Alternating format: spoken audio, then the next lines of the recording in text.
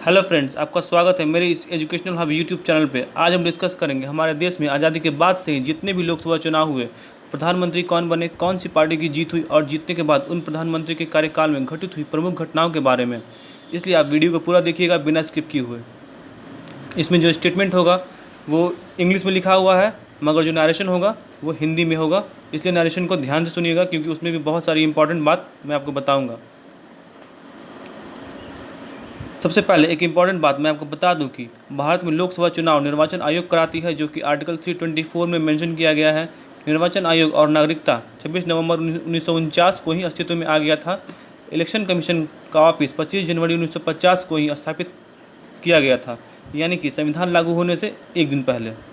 और इस निर्वाचन आयोग के प्रथम मुख्य निर्वाचन आयुक्त यानी कि chief election commissioner Sukumar Sen को बनाया गया था।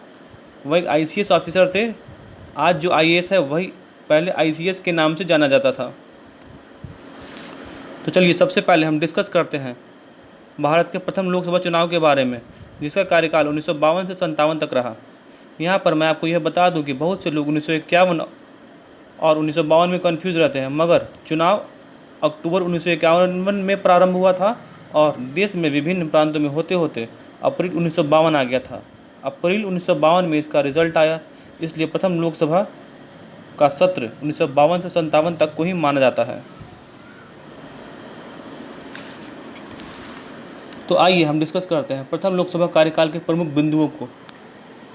इस लोकसभा चुनाव में कुल 14 नेशनल पार्टीज थीं, जैसे कि Congress party, communist party, socialist party, किसान मजदूर प्रजा पार्टी, जैसे कुल मिलाकर के 14 नेशनल पार्टीज थी। इसमें कांग्रेस पार्टी 364 सीटों पर जीत दर्ज की और पंडित जवाहरलाल नेहरू देश के प्रथम प्रधानमंत्री बने। साथ ही गणेश वसुदेव मावलंकर लोकसभा के प्रथम स्पीकर बने। इसमें एक इम्पॉर्टेंट बात मैं आपको बता दूं कि इस समय जो वोटिंग का मिनिमम एज 21 साल था, जिसे घटाकर आज 18 वर्ष कर दिया गया है। तो यहाँ पर एक सवाल आप लोगों के लिए यह है कि जो वोटिंग एज 18 वर्ष किया गया है, किस अमेंडमेंट के तहत किया गया है और किस वर्ष किया गया था? जवाब आप मुझे कमेंट में करके बता सकते हैं।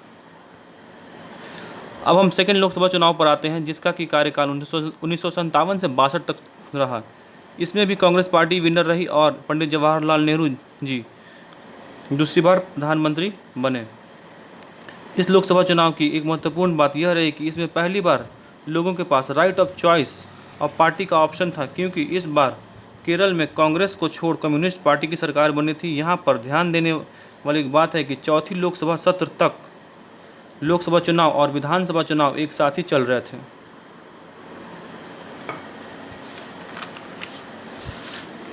अब हम आते हैं तीसरी लोकसभा चुनाव के ऊपर।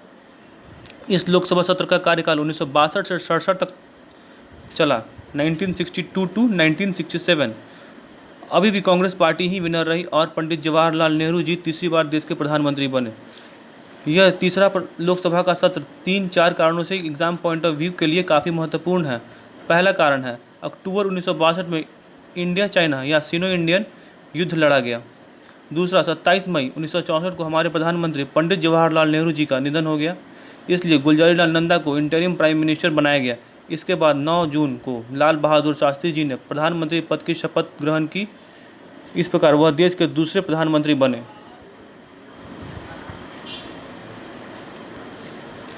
तो अब हम शास्त्री जी के द्वारा किए गए प्रमुख कार्यों की चर्चा करेंगे और उनके कार्यकाल में घटित हुई महत्वपूर्ण घटनाओं पर भी प्रकाश डालेंगे। तो चलिए हम एक एक करके डिस्कस करते हैं। सबसे पहले उन्होंने के सांथानाम कमेटी का गठन किया। यह के सांथानाम कमेटी वही कमेटी है जिसकी सिफारिशों के आधार पर सेंट्रल विजिलेंस कमीशन को स्थापित किया गया।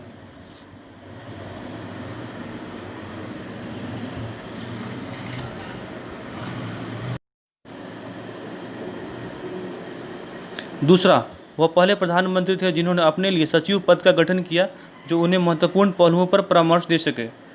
आगे चलकर यही PMO के रूप में विकसित हुआ, जिसे प्राइम मिनिस्टर्स ऑफिस के नाम से जाना जाता है, जहाँ पे प्राइम मिनिस्टर के सेक्रेटरी बैठते हैं। तीसरा, उनके ही कार्यकाल में एक भीषण सुखाड़ पड़ा, जिसके कारण देश में खाद्य पदार्थों की काफ़ी कमी हो गई थी। चौथा, उनके कार्यकाल में सन 1965 में पाकिस्तान के साथ युद्ध भी लड़ना पड़ा। और 21 साल के बाद जब वह ताशकंद में शांति समझौते के लिए गए थे तो उनका दिल का दौरा पड़ने से ताशकंद में ही उनकी मृत्यु हो जाती है। इस प्रकार तीसरा लोकसभा सत्र काफ़ी दुर्भाग्यपूर्ण रहा, जिसमें भारत ने 2 प्रधानमंत्री खो दिए। शास्त्री जी की मृत्यु के बाद गुलजारी लाल नंदा जी को दूसरी बार इंटरिम प्राइम मिनिस्टर बनाया गया। फिर कुछ ही दिनों के बाद श्रीमती इंदिरा गांधी को प्रधानमंत्री पद की शपथ दिलाई गई। इस प्रकार इंदिरा गांधी देश की प्रथम महिला प्रधानमंत्री बनी।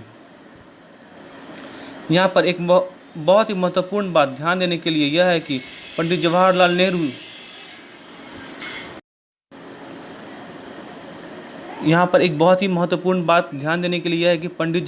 नेहरू की मृत्यु के बाद शास्त्री जी और शास्त्री जी की मृत्यु के बाद इंदिरा गांधी प्रधानमंत्री, तो इन दोनों प्रधानमंत्री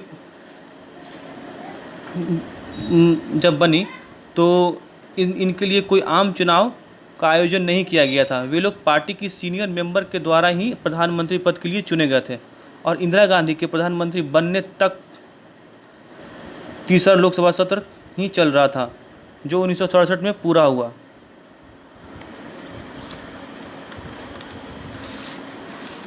फिर दौर आया चौथा लोकसभा सत्र का, जो 1967 से लेकर के 1971 तक ही चला।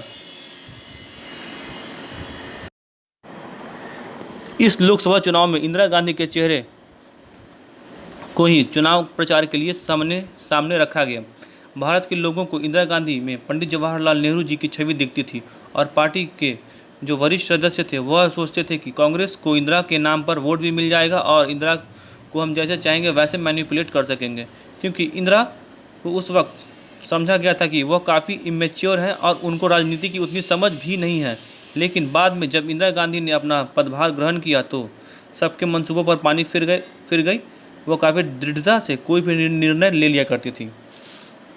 अब कांग्रेस पार्टी के ही अंदर काफ़ी उथल पुथल हो रहा था। वह सदस्यों के बीच विभिन्न मुद्दों पर मतभेद की स्थिति पैदा सी हो गई थी। वैसे ही मुद्दों में से 2 महत्वपूर्ण मुद्दे ऐसे भी हैं जो कि चौथी लोकसभा के कार्यकाल को 1 साल पूर्व ही भंग करने का कारण बनी। पहला मुद्दा है नेशनलाइजेशन ऑफ बैंक।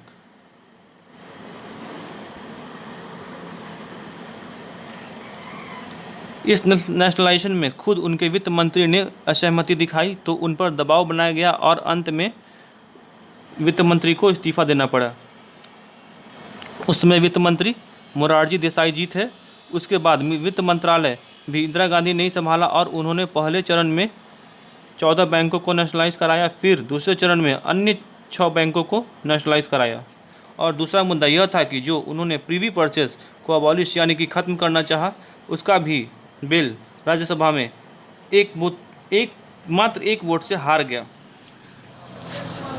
तब इंदिरा गांधी जी को यह एहसास हो गया था कि उनके ही कैबिनेट के लोग उनका समर्थन नहीं करना चाहते। तभी उन्होंने 1971 में ही लोकसभा को भंग कर एक नया आम सभा चुनाव कंडक्ट कराया। तो उम्मीद करता हूं कि चौथी लोकसभा चुनाव तक का सफ़र आप सभी दर्शकों को अच्छे से समझ में आ गया होगा और सभी महत्वपूर्ण बिंदुओं को मैंने कवर करने की कोशिश की है जो एग्ज़ाम में पूछे जाते हैं। अगर कुछ छूट गया हो तो आप मुझे कमेंट करके बता सकते हैं। 5वीं लोकसभा चुनाव के सफ़र को मेरे अगले वीडियो में होगा। मेरा वीडियो देखने के लिए आपका धन्यवाद।